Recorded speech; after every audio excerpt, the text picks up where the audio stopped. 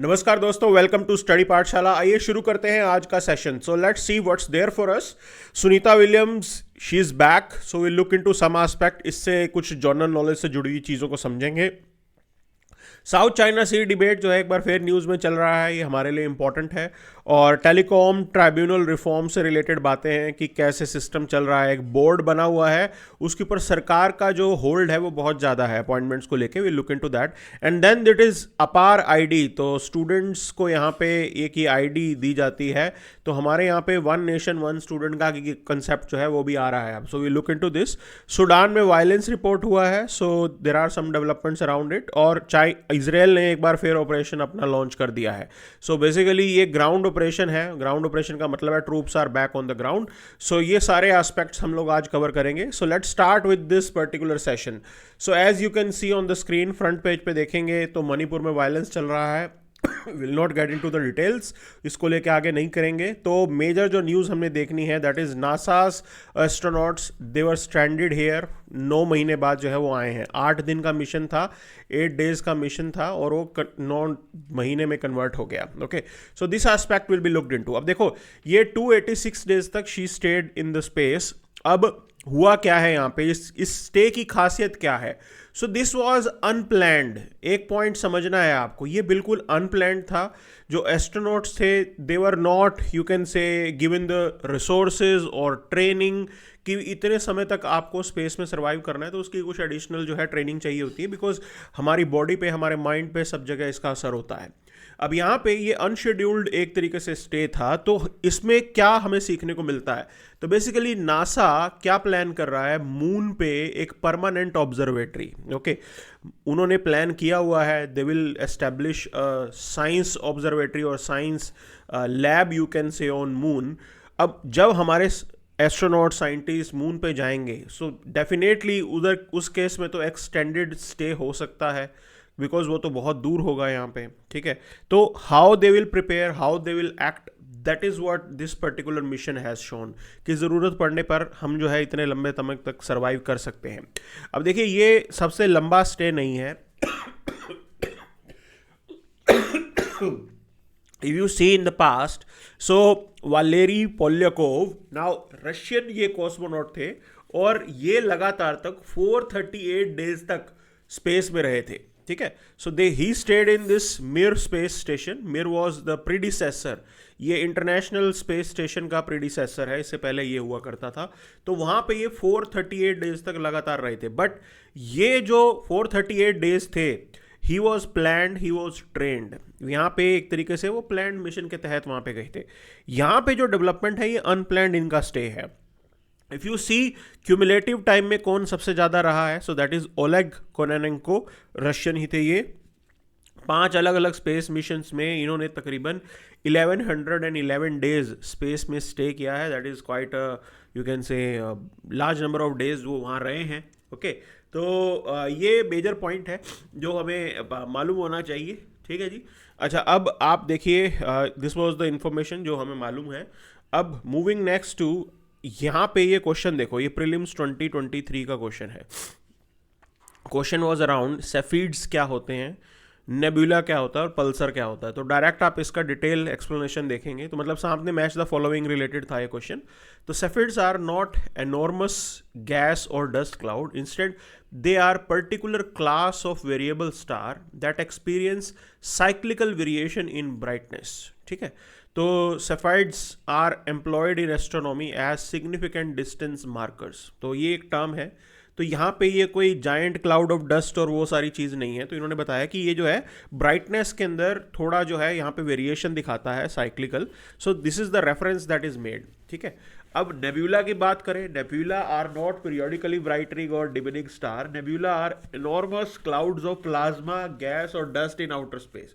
तो जो आपका फर्स्ट का जो डिस्क्रिप्शन था ना, दरअसल ये तो है नेब्यूला का डिस्क्रिप्शन। ओके, और सेफाइड्स जो है वो है star with brightening and dimming periodically. तो ये उल्टा दे रखा है। ठीक है, तो पल्सर्स की बात करें, pulsars are neutron stars created when huge star exhaust their fuel and crash. Okay, so यहाँ पे एक्सप्लेनेशन क्या है? So they are neutron stars that are formed when massive stars run out of fuel and collapse. तो pulsar जो है ये match the following correct है हमारा. So will go by this, only one is the answer. ठीक, अब ये पूरी आपको डिटेल में पढ़ना है. यहाँ पे पल्सर्स को मतलब करते क्या है? Pulsars are rotating neutron stars with intense magnetic fields and produce electromagnetic radiation beams. बहुत ज़्यादा ये निकालते हैं. अब जब ये इलेक्ट्रोमैग्नेटिक रेडिएशन निकालते हैं उसका इम्पैक्ट जो है हमारे यहाँ पे जो सैटेलाइट्स वगैरह हैं उन पे पड़ सकता है. ठीक है, तो दिस इज समथिंग जो हमें मालूम होना चाहिए. नाउ मूविंग फॉरवर्ड टू, आगे चलते हैं. So here is a general from Philippines.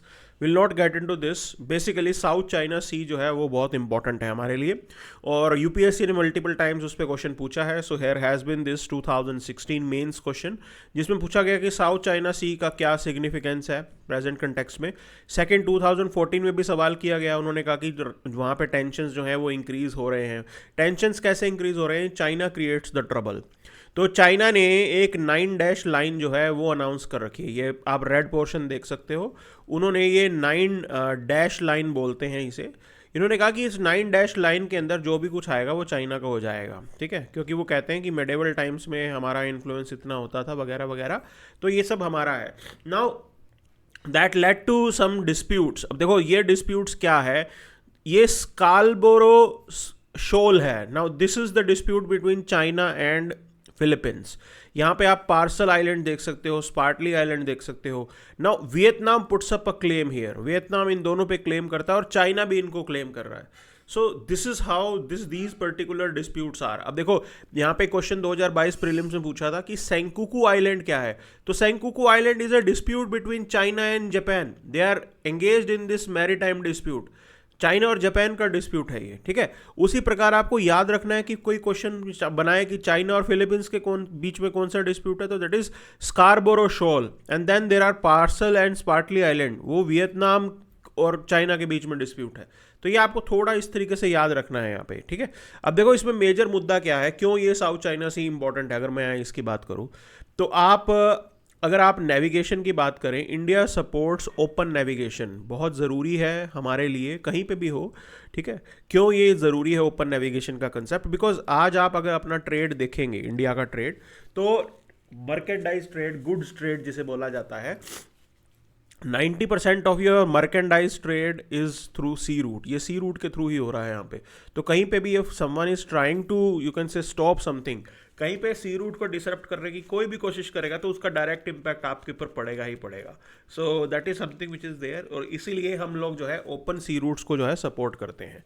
तो ये हमारा टेक है. बट चाइना जो है उसको लेके थोड़ा एप्रीहेंसिव है and they have issued some instructions as well कि शिप यहाँ पे अगर आएगा इस पर्टिकुलर एरिया के अंदर तो पहले चाइनीज़ अथॉरिटीज से परमिशन लेगा वगैरह वगैरह वगैरह. सो this is how it works. तो मतलब ब्यूरोक्रेटिक जो काम है ना वो इंक्रीज हो जाता है, आपका कॉस्ट ऑफ बिजनेस जो है वो इंक्रीज हो जाता है. And that is what India don't like it. ठीक है, चलिए आगे चलते हैं. सो टेलीकॉम रिफॉर्म की बात हो रही है यहाँ पे. So basically there are you can say new rules that were proposed. So digital personal data protection rules जो है वो प्रपोज्ड है. अब इस डिजिटल डाटा प्रोटेक्शन रूल्स के अंदर हम बनाते हैं डेटा प्रोटेक्शन बोर्ड. ठीक है, कोई हमारा प्रीवियसली रिलेटेड मैटर है, कोई भी इशू है, that can be reported to the data protection board. और डेटा प्रोटेक्शन बोर्ड जो है वो एक तरीके से किसी भी फेसबुक या किसी इंटरमीडियरी को जो है इंस्ट्रक्शन देगा कि आप इस डाटा को हटा लो वगैरह वगैरह. नाउ पॉइंट इज दिस, ये जो डेटा प्रोटेक्शन बोर्ड है इसके बाद भी आप अपील कर सकते हो. If you are not convinced with the actions of data protection board, उसके बाद आप इस ट्रिब्यूनल में जा सकते हो. ठीक है, तो ये ट्रिब्यूनल का ऑप्शन भी दे रखा है.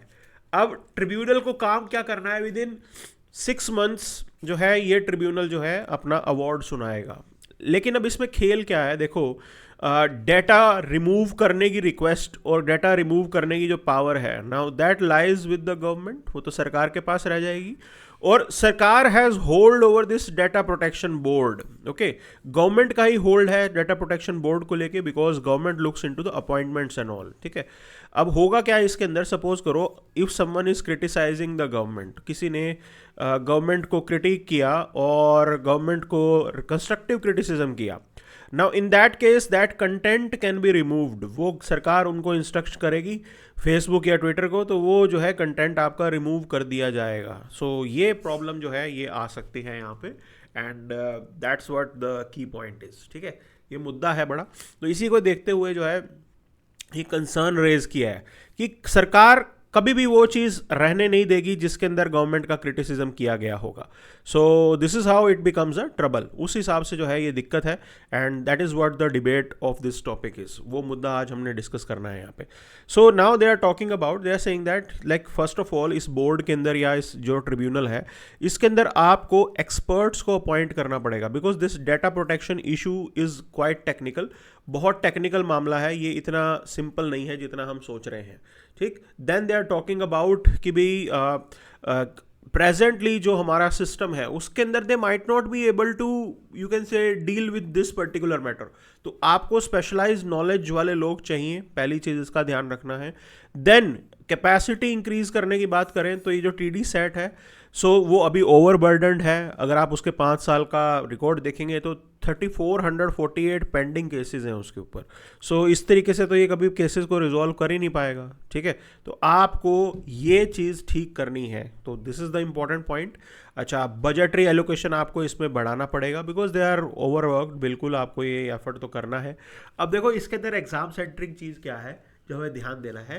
तो these rules they put up certain time limit. तो TD सेट जो है ना, इनको अपना जो केस डिस्पोजल था वो तो 6 महीने में करना था, लेकिन इतने केसेस पेंडिंग है. So it is not living up to the expectation. ये एक मेजर पॉइंट है यहाँ पे जो हमने रेज किया गया है. And this TD set website needs significant update. बिल्कुल स्मूथ नेविगेशन, हमारे लिए यूज़र इंटरफेस तो फ्रेंडली होना चाहिए ना, भी हम उसको ठीक से समझ ही नहीं पा रहे हैं कि वो है क्या. तो वो चीज़ यहाँ पे इन्होंने बताई है कि उसके लिए स्मूथ नेविगेशन का अरेंजमेंट आपको यहाँ पे करना होगा. ये सारी चीज़ें हैं, and this is how you should proceed. अब बात करते हैं अपार ID की. So there is this automated permanent academic account registry that you can say government is looking forward to address. तो this is National Education Policy का ही हमारा ये पार्ट है, इसी के अंडर किया गया है. और एम क्या है, 1 नेशन 1 स्टूडेंट ID. तो ये क्यों किया गया है? देखो जितने भी आपके एकेडमिक रिकॉर्ड्स होते हैं ना, जो भी आपकी डिग्रीज वगैरह हैं, ये उन रिकॉर्ड्स की रिपोजिटरी बनेगी, और एक तरीके से ये रिपोजिटरी होगी वेरीफाइड. ठीक, तो आप कहीं पे भी जाते हो, आपको जो है ट्रांसफ़र वगैरह लेना पड़ता है, आपको अपनी डिग्री दिखानी पड़ती है, वो एस्पेक्ट यहाँ पे आप एड्रेस कर पाओगे. That is what you will be able to do. तो ये एक इंपॉर्टेंट चीज़ है, बढ़िया चीज़ है जो यहाँ पे इन्होंने बता रखी है. अब दूसरी चीज़, अगर आप एकेडमिक रिकॉर्ड्स को देखोगे तो कई बार ऐसा होता है हमारे रिकॉर्ड्स खो जाते हैं. Now having this ID everything will be in a digital space, तो खोने का डर नहीं होगा. तो ये बेनिफिट है यहाँ पे. ओके, और दूसरी चीज़, मान लो हमें कोई सर्टिफिकेट ट्रांसफ़र सर्टिफिकेट्स वगैरह चाहिए होते हैं, तब भी डॉक्यूमेंटेशन का ज़रूरत पड़ता है. आप एक एजुकेशनल इंस्टीट्यूशन से दूसरे में जा रहे हो, आपको डिग्री दिखानी है, आप कहीं से ट्रांसफ़र ले रहे हो, there are lot of things that a student has to undergo. तो उस केस के अंदर जो है इस टाइप की जो टूल अरेंजमेंट है वो काफ़ी इफेक्टिव और हेफ्टी हो सकता है. That is what we are facilitating. ठीक है, अब आधार के साथ लिंक्ड होगा, आपके डिजी लॉकर में होगा, और बिल्कुल सीमलेस ट्रांजिशन फैसिलिटेट करेगा आपके स्टूडेंट के डाटा को लेके. And who will be generating this? So we have unified district information system for education plus. Okay, ये पोर्टल है, इस पोर्टल के थ्रू इसे जनरेट किया जाएगा. तो ये याद रखना है. अब एग्जाम सेंट्रिक ये हो गया. ठीक है भाई, ये जो है ऐसा क्या है, अपार ID वगैरह वगैरह, तो ये पूरी इन्फॉर्मेशन याद रखनी है. Then talking about this, it's a voluntary you can say effort. अभी तक ये मैंडेटरी नहीं है, बट अभी तक ये क्लियरली कम्युनिकेटेड भी नहीं है स्टूडेंट्स को. तो मतलब बात ऐसी होती है, लोग डर से ही बना लेते हैं. ठीक है, गवर्नमेंट ने हाईलाइट किया है कि इस एकेडमिक और करियर प्रोसेस के क्या बेनिफिट्स हैं. तो बिल्कुल जैसे हम लोग आधार अब यूज़ करने लगे हैं ना मोबाइल सिम के लिए, क्योंकि इमीडिएटली एक तरीके से वेरीफाई होकर आपका सिम अभी एकदम से ही चालू हो जाता है, तो क्विक सॉल्यूशन मिलता है. सेम चीज़ यहाँ पे होगी, आपको क्विक सॉल्यूशन मिलेगा, आपको धक्के नहीं खाने पड़ेंगे. तो वो सारे बेनिफिट्स हैं यहाँ पे. Okay, so CBSE and states like UP they are encouraging universal student registration. बिल्कुल वो इस चीज़ को कर रहे हैं, और गवर्नमेंट ने कंफर्म किया इसका वॉलंटरीनेस कि आपकी इच्छा है तो लीजिए, लेकिन सब लोग पेपर वर्क और अनड्यू हसल से बचने के लिए इस टाइप के एफर्ट में ज़्यादा पीछे नहीं हटते हैं. अब मेजरली आपको इसमें डाटा सिक्योरिटी कंसर्न लिखेगा. So that is there is lack of transparency. Okay, transparency इसके अंदर नहीं है। And then internet freedom foundation met with no clear government response on RTI queries. तो अभी तक ये ऑर्गेनाइजेशन ने RTI फाइल की थी, कोई क्लैरिटी इसमें एज सच नहीं आई है, ठीक है। तो ये एक मुद्दा है यहाँ पे। And then there is this issue over argument claim data collection duplicates existing process. तो अभी भी एग्जिस्टिंग प्रोसेस है यहाँ पे, आप उसको एक तरीके से कॉम्प्लिकेट कर रहे हो, डुप्लीकेट कर रहे हो। तो डुप्लीकेसी जहाँ पे भी होती है ना, वहाँ कन्फ्यूजन का चांस जो है वो काफ़ी इंक्रीज हो जाता है। That's what here it's a concern, ठीक है। तो ये सारे पॉइंट्स हैं। नाउ मूविंग फॉरवर्ड टू आगे देखिए, यहाँ पे सूडान में वायलेंस हुआ यहाँ पे, तो military strike kills 50 in Sudan's Khartoum in 1 week. Okay, so this is something that is happening. अच्छा, अब इसको समझिए आप कि भाई ये क्वेश्चन है 2023 का। The question is saying recently Chad Guinea Mali Sudan में इंटरनेशनल अटेंशन हुई for one of the following reasons, ठीक है। तो मेजरली यहाँ पे कू और मिलिट्री का एक्शन जो है वो ज़्यादा देखा गया है। तो ये आप बोल सकते हो साहेल रीजन के अंदर पड़ने वाले ये एरियाज़ हैं, और वहाँ पे इस टाइप की गड़बड़ जो है हमने देखी है। तो this is why it is in news. अभी भी वही टसल चल रहा है। तो ये जो आप देख रहे हो ना, ये जो टसल है that is paramilitary versus military. Military और पैरामिलिट्री जो आपके दो आर्म्ड फोर्सेस के विंग हैं वो आमने सामने हैं इधर सूडान के अंदर।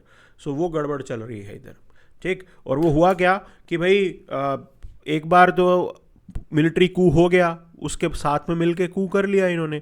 Then you can say there was this tussle कि उसके बाद पावर किसके हाथ में जाएगी, तो उसके लेके अभी ये लड़ाई चल रही है।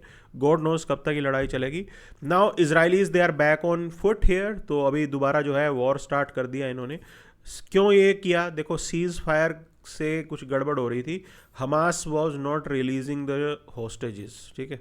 तो ये होस्टेज को रिलीज़ नहीं कर रहे थे, and this was not liked by Israelis. तो दे आर बैक अगेन। और उनको एक चीज़ समझ में आई है कि गाज़ा की प्रॉब्लम को कंट्रोल करने के लिए आपको पॉपुलेशन को डिवाइड करना पड़ेगा। तो इन्होंने किया क्या है, ये देखो, ये है नेटजरिम कॉरिडोर और दूसरा है फिलाडेल्फी कॉरिडोर। तो जो हथियार आते हैं, आर्म्स वगैरह आते हैं, वो तो यहाँ से पहुँचते हैं वाया इजिप्ट इस बॉर्डर के थ्रू। और इन्होंने कहा कि प्रॉब्लम को हम ऐसे सॉल्व करेंगे, we will divide the population.